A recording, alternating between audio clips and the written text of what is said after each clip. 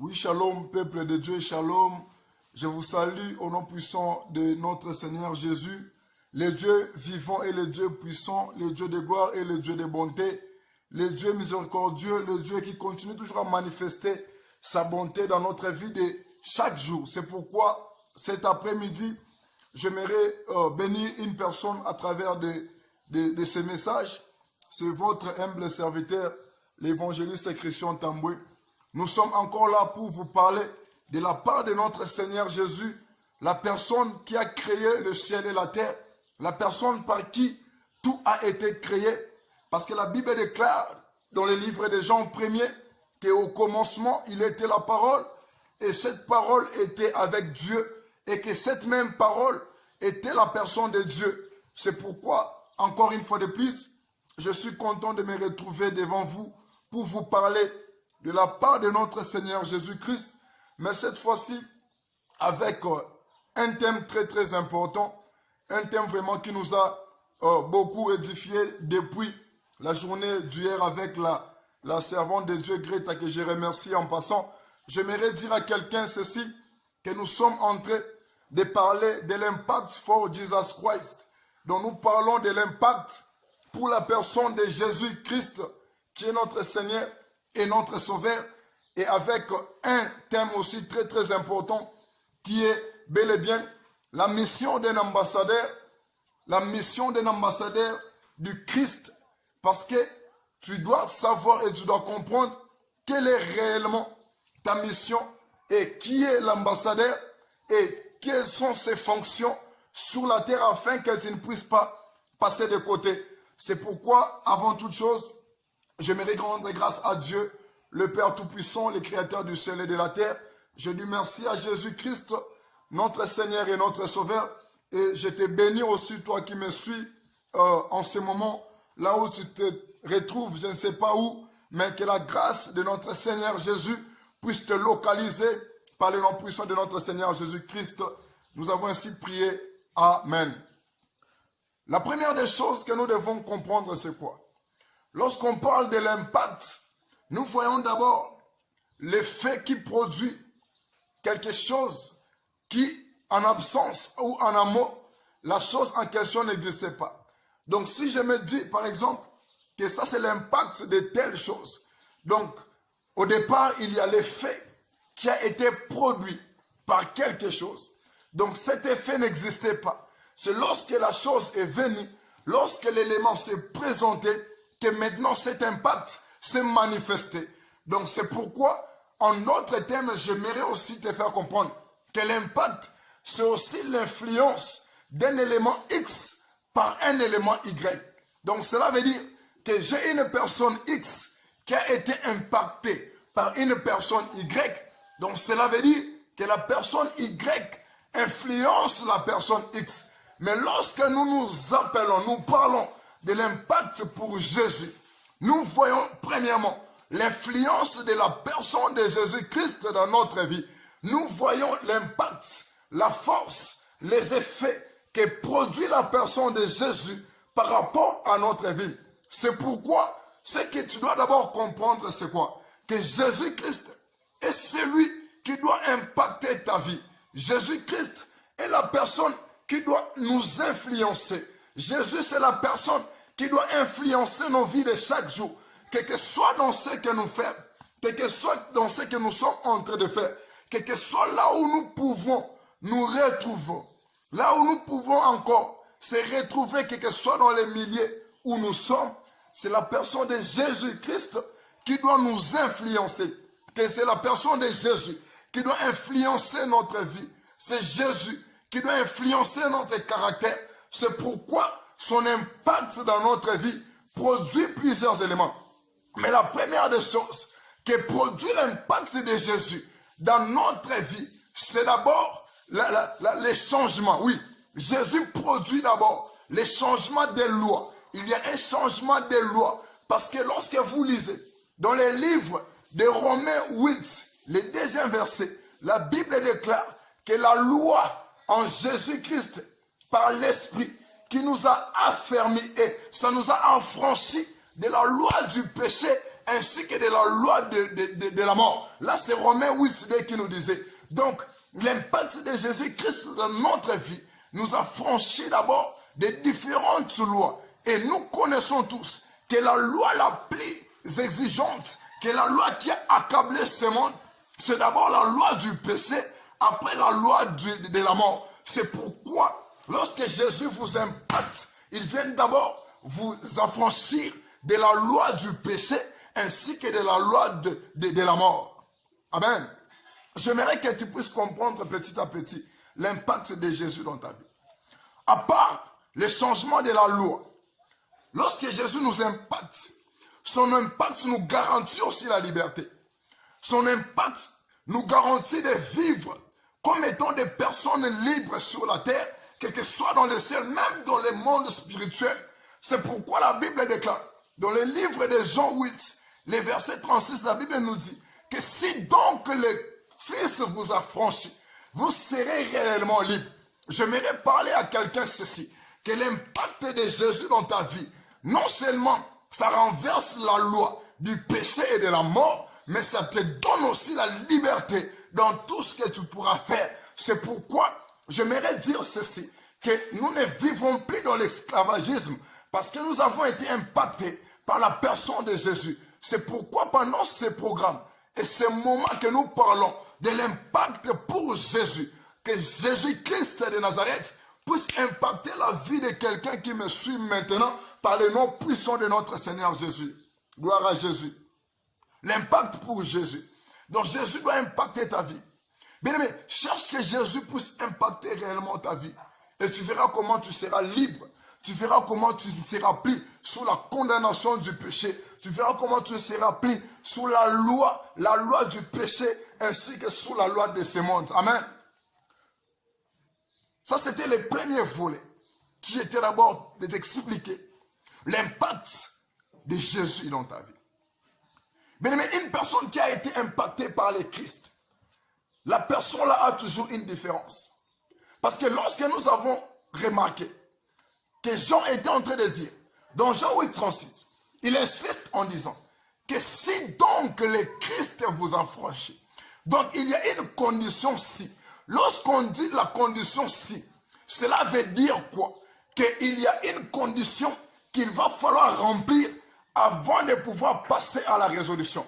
Donc si donc le Christ vous a franchi, là vous serez réellement libre. Beaucoup de gens qui vivent, peu importe leur niveau, peu importe leur statut, ces gens-là se croient être impactés par le Christ, mais non.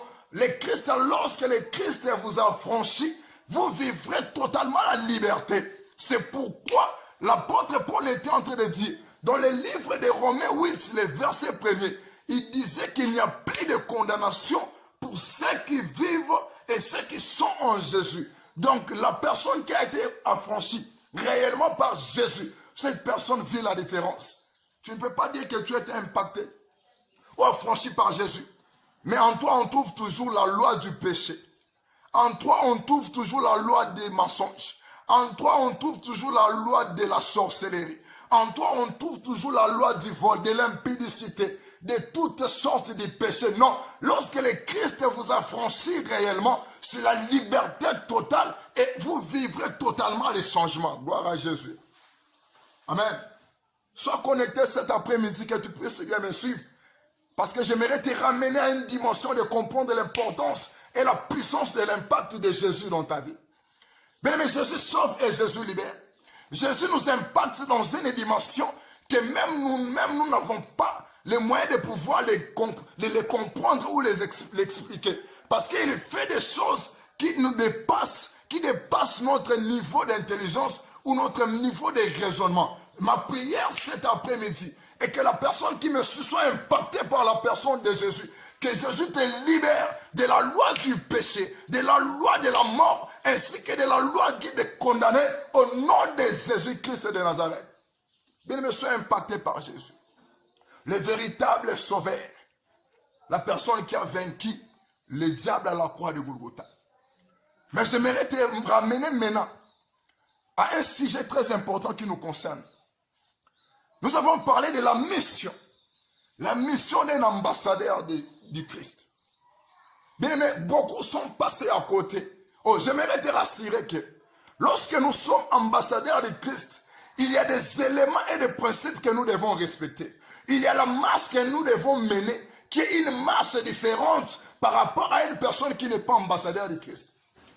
Mais ce que tu dois comprendre, c'est quoi? Nous allons d'abord lire notre texte de base, le livre de 2 Corinthiens. Nous sommes dans 2 Corinthiens 5, le verset 20. La Bible déclare ceci. Nous faisons donc les fonctions d'ambassadeurs pour Christ, comme si Dieu exhortait par nous. Nous vous en supplions au nom de Jésus, soyez réconciliés avec Dieu. Amen, gloire à Jésus. Là, c'est l'apôtre Paul qui parlait. Il parlait des ambassadeurs parce qu'il faisait partie aussi des ambassadeurs du Christ. J'aimerais d'abord te ramener à la compréhension du terme ambassadeur. D'abord, un ambassadeur, c'est qui? Un ambassadeur, c'est un représentant légal d'un État. On voit par exemple dans ce monde, il y a plusieurs États. Et à chaque État, il y a un représentant légal qui représente l'État extérieur, c'est un ambassadeur. Et non seulement ça, on nous dit encore qu'un ambassadeur, c'est une personne qui a été envoyée sous un mandat pour remplir une mission quelconque. Mais la mission que la personne doit accomplir, c'est une mission externe. C'est une mission qu'il doit accomplir à l'extérieur. Mais pour la cause d'un État qui lui a envoyé. Un ambassadeur, c'est une personne qui est, c'est la vitrine. C'est la vitrine d'un État à l'étranger. Mais maintenant, Paul nous parle des ambassadeurs du Christ. J'aimerais te ramener dans cette même optique, de comprendre ceci, que si un ambassadeur, c'est un représentant légal d'un État, ou bien aimé les représentants du Christ, les personnes qui représentent le Christ, ce sont aussi des représentants légaux de la personne de Jésus-Christ. Amen. Ou bien aimé, aujourd'hui, il y a des personnes légales que le Christ a envoyées pour lui représenter. Il y a des personnes que le Christ a choisies pour les représenter dans ce monde. Parce qu'un ambassadeur, c'est une personne qui représente un État à l'extérieur. Mais nous représentons le Christ dans un monde qui est externe. Nous représentons le Christ dans un monde qui n'est pas le nôtre. Amen. Tu dois comprendre qu'un ambassadeur, tu es un représentant légal. Lorsqu'on te voit, on doit voir la personne de Jésus. Lorsqu'on te regarde, on doit voir l'image de Jésus. Lorsque les gens t'observent, ils doivent voir Jésus-Christ en toi. Lorsque les gens te rencontrent, ils doivent sentir la puissance et l'impact de Jésus en toi. C'est ça un ambassadeur. C'est une personne qui remplit une mission quelconque à l'extérieur. Mais un ambassadeur, c'est une personne. Non seulement il représente Jésus sur la terre, mais tu dois être une personne qui accomplit la mission que l'Éternel Jésus t'a confiée. À combien des années tu as connu Jésus? Tu as connu Dieu, mais tu n'as jamais accompli la mission qu'il t'a confiée, my God. Bien, mais rentre à la vérité. Comprends qu'un ambassadeur, c'est une personne qui doit accomplir une mission. Tu es là sur la terre, tu as une mission que tu dois accomplir. Mais la plaie à Zodé Bansat. Tu as une mission que tu dois accomplir. Ne néglige pas ta mission à cause du pays où tu te retrouves. Ne néglige pas ta mission à cause de ces pays où tu te retrouves. Car ici, tu es à l'étranger, tu fais seulement la fonction d'un ambassadeur pour Christ. Et il y a un rapport que tu dois déposer à la fin auprès de la personne qui t'a envoyé. Un ambassadeur, c'est la vitrine de l'État. Oh bien, mais combien de gens sont des vitrines de Jésus? Combien de gens aujourd'hui pourrions-nous parler qu'ils sont à l'image de Christ?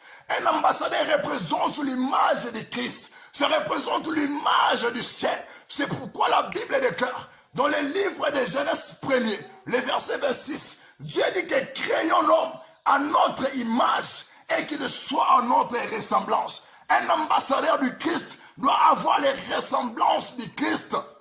Tu dois être le miroir de Jésus. Lorsque les gens te regardent, les gens voient Jésus en toi. Les gens voient que tu fais les œuvres de Jésus. Tu remplis les fonctions de la personne de Jésus. C'est ça un ambassadeur. Et pour accomplir la mission d'un ambassadeur, quelles sont les fonctions que tu dois remplir? Parmi ces fonctions, nous citons. Paul nous dit ceci. Dans 2 Corinthiens 5, 20, il dit que nous faisons donc fonction d'ambassadeurs pour Christ. Comme si les pères agissaient en nous par le Christ. Mais, il dit, je vous en supplie, réconciliez-vous, soyez réconciliés avec les pères. Un ambassadeur, premièrement, c'est une personne qui doit réconcilier, qui doit réconcilier. Donc cela veut dire que la première fonction étant ambassadeur sur la terre, je dois être les ponts, les moyens de réconciliation entre les gens de ce monde avec le Christ. Je dois être un moyen de réconciliation entre les gens qui sont condamnés par le diable, de les faire réconcilier à la personne de Jésus qui sauve. Amen. Oh bien-aimé, si tu m'écoutes cet après-midi, sois ambassadeur, sois la personne qui va commencer à rassembler, à mettre ensemble ceux qui sont dans la perdition, les amener vers Christ, ceux qui sont déroutés, les ramener vers Christ, afin qu'ils soient réconciliés avec les pères. Un ambassadeur est réconcilié. Pourquoi un ambassadeur doit réconcilier? Parce que tu te retrouves à l'étranger. Or, ce monde, c'est l'étranger. La Bible déclare, dans le livre de Jean 15, le verset 19, la Bible, Jésus disait que vous êtes de ce monde, vous êtes dans ce monde, mais vous ne faites pas partie de ce monde.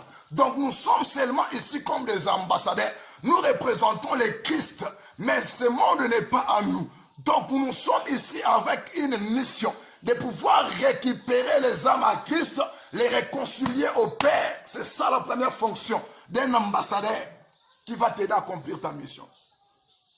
Là où tu es dans ton environnement, dans ton entourage, sois la personne qui doit amener les âmes à Christ.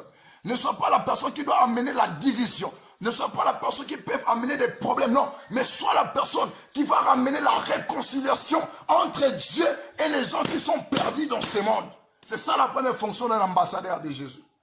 La deuxième fonction, un ambassadeur doit maintenir les liens positifs entre sa nation et la nation qui nous reçoit. Or, la nation qui nous a reçus, c'est cette terre qui nous a reçus. Mais notre nation en nous, c'est dans le ciel, là où habite notre Seigneur, là où habite notre Père. Et nous devons maintenir la bonne relation entre les célestes avec les terrestres. Un ambassadeur du Christ maintient la bonne relation entre les célestes et les terrestres.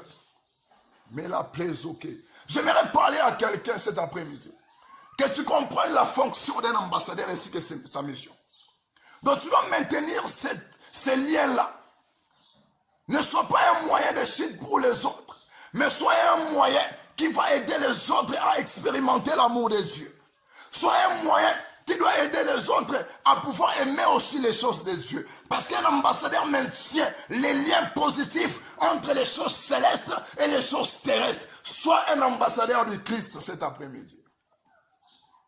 Oui, dis un peu amen là où tu es. Parce que je vois déjà Dieu en train de restaurer les ambassadeurs du Christ. Et un ambassadeur, non seulement doit maintenir les liens positifs entre les célestes et les terrestres, mais un ambassadeur doit aussi comprendre qu'il ne sera pas toujours aimé. La Bible déclare dans le livre de Jean 15, 19, Jésus dit que comme vous n'êtes pas de ce monde, vous serez haïs. Donc un ambassadeur n'est pas une personne qui attend seulement que tout le monde puisse l'aimer. Non, il y aura toujours des gens qui vont te détester. Il y aura toujours des personnes qui vont te contredire, qui parleront contrairement à toi. Mais c'est que tu dois comprendre que tu restes ambassadeur pour Christ. Et ce monde n'est pas à toi. Ce monde n'est pas pour toi. Pour ce qui est à toi, c'est dans le ciel, là où vit notre Seigneur Jésus. C'est pourquoi il disait aux disciples, il va falloir que je m'en aille pour aller préparer pour vous un endroit céleste. Je parle des ambassadeurs cet après-midi qui comprennent que tu seras haï dans ce monde, tu seras injurié, tu seras méprisé. Mais il y a une personne qui est là derrière toi comme ta couverture. C'est la personne de Jésus que tu dois continuer à servir et continuer à défendre comme étant ambassadeur. Et un ambassadeur, c'est une personne qui défend sa nation avant toutes choses. Oh, je vois des ambassadeurs de ce monde qui sont prêts à donner même leur vie pour défendre des nations, pour défendre des postes, pour défendre des grades. Je vois des gens qui sont prêts à donner leur vie pour défendre les gens de ce monde. Oh, je parle des ambassadeurs du Christ. Où sont-ils aujourd'hui qui peuvent se lever pour défendre Jésus? Un ambassadeur défend la cause de la personne qu'il a envoyée. Je parle aux ambassadeurs de se lever et de défendre Jésus. Aujourd'hui, le diable tourmente tout le monde parce que même les ambassadeurs qui avaient la mission de défendre Jésus ont abandonné cette mission et commencent à défendre le monde. Je parle cet après-midi que sois ambassadeur de Jésus, défends la chose de Jésus, défends la personne de Jésus partout où tu passes, dans tes études, au travail, quel que soit l'église, dans tout, partout où tu passes. Sois une personne qui défend Jésus. Un ambassadeur défend la personne qu'il a envoyée. Aujourd'hui, nous voyons dans ce monde les gens qui sont prêts à donner leur vie pour défendre les choses éphémères. Mais où sont-ils, ceux qui doivent défendre Jésus dans vérité et en esprit? Oh bien-aimé, sois un ambassadeur de Jésus. Défends la personne de Jésus-Christ de Nazareth. Un ambassadeur qui défend sa nation. C'est une personne qui fait la volonté de celui qui l'a envoyé. C'est pourquoi Jésus disait, dans Jean 6, 38, il dit que je suis descendu du ciel, non pas pour faire ma volonté, mais pour faire la volonté de la personne qui m'a envoyé. Oh bien-aimé, j'aimerais t'annoncer cet après-midi. Sois un ambassadeur qui va faire la volonté de Dieu. Pour accomplir la mission d'un ambassadeur, tu dois accomplir d'abord la volonté de la personne qui t'a envoyé. Oh, les ambassadeurs du Christ ont été envoyés par le Christ. Bien-aimé, accomplis la volonté de Jésus dans tout ce que tu fais et sois une personne qui peut défendre Jésus. Défends Jésus dans tout ce que tu fais. Parce que les ambassadeurs défendent la personne qui les a envoyés. Mais aujourd'hui, nous voyons des personnes qui défendent ce monde. Nous voyons des personnes qui sont ambassadeurs du monde. Bien-aimé, j'aimerais t'interdire. Tu es serviteur de Dieu, servante de Dieu. Tu ne peux pas défendre les gens de ce monde. Oh, comme c'est la campagne pour les élections, je dois porter l'image de cette personne. Non, toi, tu n'es pas un ambassadeur des gens. Toi, tu es un ambassadeur du Christ. J'interdis. Bien aimé, on n'est pas ambassadeur même des pasteurs ou des prophètes, non. Mais nous sommes ambassadeurs de Jésus. Même si l'ange de l'église te confie une mission ou une tâche de faire à l'église, ne te dis pas que non, je suis en train de faire ça parce qu'on m'a envoyé par les pasteurs. Même si on te dit tu vas modérer, tu vas prêcher, tu dois balayer, tu dois torsionner l'église. Ne dis pas que non, je l'ai fait parce que les pasteurs m'ont envoyé. Non, dis que je l'ai fait parce que la personne de Jésus m'a envoyé par la bouche de son serviteur. Donc un ambassadeur, c'est une personne qui défend la cause de Jésus-Christ. Défend la cause de Jésus. Et tu verras la gloire de Dieu. Et pour clôturer, la Bible déclare dans le livre de Marc 16, 15. Jésus dit à ses disciples qu'allez-y et prêchez la bonne nouvelle à toutes les nations. Un ambassadeur du Christ, c'est une personne qui doit annoncer les messages de l'évangile de Jésus. Donc tu dois annoncer partout où tu passes, à l'école, à l'église, au marché, dans ta famille, dans tes activités, partout où tu te retrouves, tu dois annoncer la bonne nouvelle de Jésus-Christ parce que tu es un ambassadeur de Jésus. Et c'est à ce moment-là que tu vas accomplir ta mission et tu verras comment la gloire de Dieu va descendre sur toi. Et au temps de la fin, au jour du jugement, tu amèneras un bon rapport à ton Dieu parce que tu as été un ambassadeur qui a accompli sa mission. Que l'Éternel vous bénisse. Je vous dis merci, ciao. À la prochaine. Nous aurons encore des grands programmes. Tous ces mois d'octobre, c'est les mois d'impact pour Christ. Que mon Dieu vous bénisse. C'était votre humble serviteur, l'évangéliste Christian Tamboué. Je vous aime beaucoup. À la prochaine.